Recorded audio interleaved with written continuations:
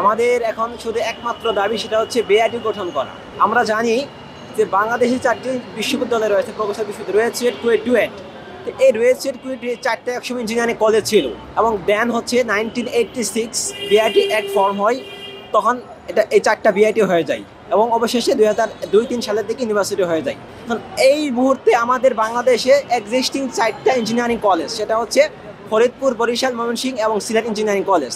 এই 4টি engineering college প্রতিষ্ঠার শুরু থেকেই প্রায় 18 বছর থেকে নানান ধরনের অসঙ্গতি এবং ভঙ্গুর অবস্থার মধ্যে দিনপাত করতেছে আর কি।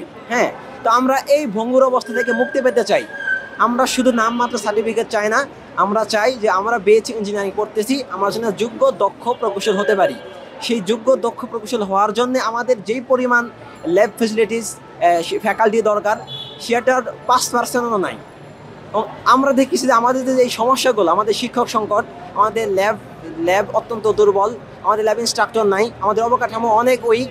তো এই সমস্যাগুলো থেকে উত্তরণের একটাই মাত্র রাস্তা, সেটা হচ্ছে বিআইটি ফর্ম করা। এবং বিআইটি আমাদের কেন সমাধান, এটার আমাদের প্রমাণ হচ্ছে যে বিআইটি অ্যাক্ট 1986 সেটা একটা সফল বিআইটি অ্যাক্ট ছিল, এবং সেই বিআইটি এতটাই সফল ছিল যে সেই বিআইটি ফর্ম হওয়ার পরে সেখান থেকে আমাদের দেশের যেখানে সবচেয়ে বেশি অবদান রাখতেছে প্রকৌশল ক্ষেত্রে, সেই 4টি বিশ্ববিদ্যালয় গঠন হয়েছে। তো আমরা এই জন্যে আমাদের বিআইটি গঠনটাকে আমাদের একমাত্র সমাধান মনে করতেছি। এখন আমরা নিরুপায় হয়ে শেষমেশ অনশনে বসতে হয়েছে। আমাদের অনশন যতক্ষণ আমাদের এই বিআইটির দাবি না মানবে ততক্ষণ চলবে আমরণ।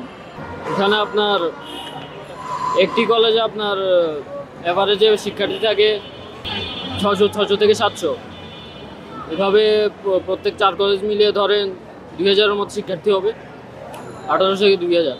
আমাদের শিক্ষক সংকট অত্যন্ত বেশি।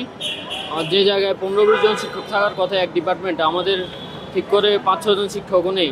তারপর আমাদের ল্যাবগুলোতে ইনস্ট্রুমেন্টের অনেক অভাব, যা আছে তাও অনেক পুরাতন, এবং ল্যাবের যে ইনস্ট্রাক্টর তারাও ভালো না, তারা ইনস্ট্রুমেন্টের নামটা পর্যন্ত জানে না। তো আমাদেরকে তারা কী শিখাবে, এই অবস্থা আর কি ল্যাবের। আর আমাদের রিসার্চের জন্য আমাদের কোনো বাজেট নেই, যা বাজেট আছে অল্প স্বল্প, তা দিয়ে কিছুই হয় না। এগুলোই মূল সমস্যা আমাদের মূলত।